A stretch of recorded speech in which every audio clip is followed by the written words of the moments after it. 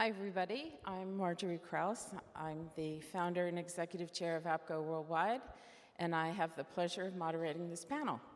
So we have a very short amount of time to talk about a very interesting topic, and I'd like to introduce our two distinguished guests.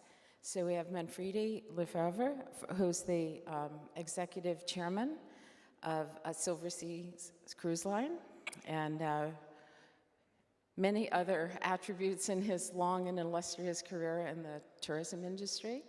And then we have Fawaz Farooqui, sorry Fawaz, I know that, who's the managing director of Cruise Saudi. And so we're going to talk a little bit about the cruise industry and particularly about Cruise Saudi and the bold initiative that's happening in the kingdom. So Fawaz, if we start with you, it's unimaginable that somebody could stand up and take such a bold initiative at the time of COVID to start a cruise line when cruise was in the news every day for being the place you don't go. What gave you the will to do this? How did you do that? Yeah, I think it's important to mention that it also came as a surprise to us. Our initial plan was to launch cruising and receive the first cruise passenger in 2024, maybe end of 2023. As many of you know, the cruise industry plans well ahead 2 to 3 years in advance their destinations. So for us, it was by 2023, we might build our cruise terminal and then we bring the first cruise passenger. What happened is the pandemic hit, the cruise lines the cruise operations came to a complete halt, and we saw multiple cases where people were stranded on the ships in Japan, and they kind of effectively became, like Manfredi likes to call them, jail. And meanwhile, what was happening in Saudi in May of 2021, we were getting ready to open domestic tourism, and the number of cases were very low, relatively, and we needed an interesting product for our domestic market. So we talked to our partners. Here, there's Manfredi, there's also the CEO of Silversea, Roberto, sitting there. So we worked together to bring Silversea to Saudi Arabia. And at that time, there were 3 very important things that we wanted to take into account. Number 1, we wanted to make sure that the passengers, when they come on board, they never end up with that situation that happened in Japan and other places. Number 2, their health, and making sure that we don't tolerate or take any risk when it comes to their health or the outbreak. Number 3, and this was also very important, since we were opening cruising for the first time in Saudi, that they have an enjoyable experience. And we had a great ER plan. And let me tell you this, as you know, many ER plans never get activated. But in our case, on the first cruise, and I think Roberto remembers this very well, we had a suspected case in the first sailing. And we dealt with it as we planned for it. So we brought the ship back 1 day ahead of time. We informed the passengers that, you need to stay in your rooms and we're coming back, because transparency is very important. And within 3 to 4 hours, everybody on the ship got disembarked and they went home. So that's how we started this industry. Fantastic story. What was the reaction to the cruise? What was accomplished? And then I'd like to come back to you about a little bit about this partnership and how it works. So far, if you talk about what we have accomplished so far, so last year we had 4,100 passengers, and all of them were domestic. This year, so far, we've accomplished more than 20,000 passengers, 5 times more than we achieved last year. Last year, we activated 2 new destinations. This year, we have 6 new destinations that we've activated. 2 of them are islands. We have also started global cruising. We went to Egypt and Jordan. We also this year completed our main home port in Jeddah, and then the second home port in Dammam will be completed by the end of November, and we'll start receiving passengers by December. So that's when it comes to ports. Human capital development is very, very important. As you can see here, it's investing in humanity. And I understand you did some really novel and interesting things on human capital. Yeah, so we had 3 key programs. Number 1, is with the Culinary Commission of the Ministry of Culture, where we created amazing programs with MSc chefs. So when you go on board MSc chef, and I was there on the weekend, I opened the menu and I find kapsa on the menu. So this was done by Saudi chefs going on board MSc and training them. We did the same with Silversea last year. Number two, we just launched a tour guides program to train 140 tourist guides in different regions of the kingdom with the Ministry of Tourism. Number three, and it's also very important, we created an internship program for Saudi college students who now completed 3 months aboard MSc ship. 12 of them are females, and I was proud to be on board and see them working hand in hand with the captain and with the rest of the staff. And it was a moment of pride for me when I saw a Saudi female lady, I think she was 18 or 19 years old, and she was making an announcement alongside the captain of the ship to inform the ship passengers on the status of the ship. I'm sure you had an abundance of students interested, so it's great to create all these new jobs for these young, enthusiastic students. So in a minute, we can talk about where this is going. But Manfredi, I'd love to talk to you about how did you two meet, and what made you get interested in what Fawaz was doing? Well, at the beginning of my life, I used to come to Saudi Arabia to do business because my father had business here. So that is when I was 21, 22, 23, 24. So I always kept a lot of passion for this country. And one day I'm in London, and a common friend of mine, and Fawaz says, oh, let's have lunch together. So we had lunch together, and we hit it. We became a very nice relationship, I think, at least on my side. And so we talked about their desire. And it was already in the moment in which the world has gone into a halt. So, you could say, this country has not done cruising. The Red Sea is not a destination for cruising. The Saudis are not a traditional market for cruising. Everybody's afraid of touching the subject about putting people on. But Fawaz had a lot of courage. He went ahead. Of course, he could have the support of Silversea team, which was particularly skilled at operations, because Roberto, the CEO of Silversea Cruises, who was with me when I was very young in military college, we went together, is not only the CEO, but he's an operations guy, so very capable on that side. And together, they managed not only to negotiate a contract, but to operate. And if you think about it, it's a first of many things.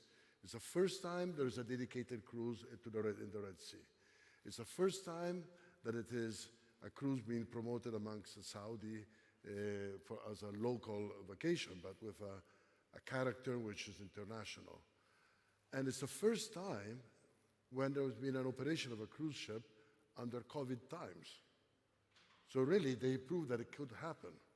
And they did it in a seamless way. All the people were very happy, only good comments about it, and no problem. Of course, Fawaz took a risk. It could have been not mishandled, and it would have been a problem. But instead, it was a great success, which I think proved many things. You can cruise, even if there is as a safe haven from local problems, from disease, etc. Red Sea is a great destination, and the Saudi population likes it. I think that. No, definitely. I think what he mentioned is important, but I'm just the one tiny player. There is a will by the leadership of this country, as you've seen so far. They always want the best, and their ambitions are sky high. So, I was just a tiny, small part, but how the whole leadership of the country, the government, the private sector collaborated to make this happen was key. Well, it was a big risk to do this, and, it sounds like it was a fantastic experience for everybody involved. What have you learned from partnering with such an experienced person? And then we don't have a lot of time, but let's turn to where all this can go, where it can lead. So number one is you cannot compromise on the health and safety of the passengers. That is very, very important, because if you're not clear, or if you're not direct on that, it will come back and hit you. So you have to be very diligent on that. Number two, transparency with the passengers. You have to be transparent with them. You have to, if you don't know, you have to go out and tell them you don't know, and you have to be very, because nowadays they will know one way or another with this ubiquitous media, they will know one way or another. So it's important. And when they feel respected, they'll come back to you. Number three, there's nothing called impossible if you really do the right thing and have the right resources and partners and go to the people who know it all. So it's important. Now, looking at the future, we are planning now to receive 1 million passengers by 2028. We will create 50,000 direct and indirect jobs by 2035. We will operate 5 cruise ports in Saudi Arabia by 2025. And more importantly, we'll focus a lot on creating and activating destinations and excursions. This country has an amazing culture, has an amazing coastline, and we want to make sure that people, and especially cruise passengers, get to experience and try these amazing cultural sites and the warm hospitality at its best. And how do you think this fits into the future of the cruise industry, the Saudi effort here, and the big ambitious plans? Well, I think that in general, travel and tourism has the same hurdles to pass, which is uncertainty of legislation when you go to a destination, when you come back. The cruise industry is particularly well suited to cater with this because it is in one way a pre-packaged vacation. So the cruise line takes care of everything for you. It tells you, we will take you here, you will embark, from there on for 10 days, 7 days, whatever, you're going to be handled by the cruise line, and then we'll take you back. So it's a very protected experience from departure to arrival. On top of that, it's one of the few opportunities to take a vacation where the entire environment can be protected. If you're in a hotel, the staff will go home. On a cruise ship, they stay on board. So it is very protected. So what at the beginning of the COVID experience became a prison, I'm in a cruise ship where there is COVID, I'm trapped in it, it's becoming now instead a very safe environment where to take a vacation. I think now my last act as a tenure as chairman of Silversea was the cruise with Fawaz, of which I'm particularly proud. After that, I left the chairmanship of Silversea. So I've not been, but I have another company which is called Abercrombie and Kent. But what the cruise lines are doing is really what we should try to do with all the vacations. We should always try to bring the people who are traveling with us in a safe way, and we have to take care of all the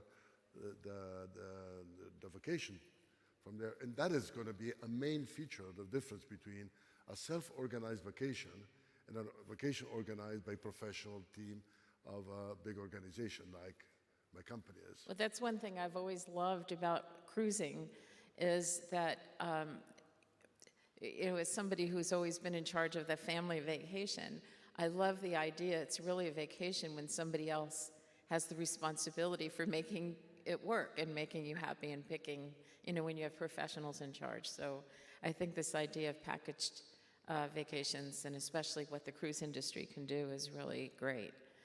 Don't get me started about the beauty of cruising. I just want to know where I can sign up. I started in cruising in '87. So what is it, 35 years ago? When we bought Sitmar Cruises. So that's been, my life. I'm very nostalgic about it, of course. But so the goods of cruising are so many, and depending what kind of product you're buying. Of course, in the luxury cruising, it's a melting pot of people. If you go in a hotel, you're not going to be stopping the people who are walking around. On a cruise ship, it's an experience you're doing together. So people feel that they are part of the same group, and they make friends. Lifelong friendships are made on a cruise ship. And people from all over the world. You may be an American from Kansas City and have a friend from Rome, and you made them on a cruise ship because you're going to be dealing with each other. So it's a product which has a lot of qualities. Of course, experiential travel is another kind of traveling because you see the world in different ways. But, I could go hours talking about cruising. And Fawaz, before we end this, since we only have a minute left, what if people are interested in learning more and being part of the future of Saudi Cruise or Cruise Saudi, what should they do? they should go to reach out to us, Cruise Saudi. We are a one-stop shop for global cruise liners and also as well as passengers who want to come to Saudi Arabia. And I invite you and your family to have your I next accept vacation on a cruise in Saudi. immediately. But because I think that, I think this discussion also shows the spirit of the country and willing to take risk and be out there and try things that may be counterintuitive to other people. And I commend you both for this effort. I have a really great opportunity to talk to you both, and I appreciate it. Thank you. Thank you. Thank you. Thank you so much. Really, congratulations, Fawaz. You did a great job. All of us. Thank you.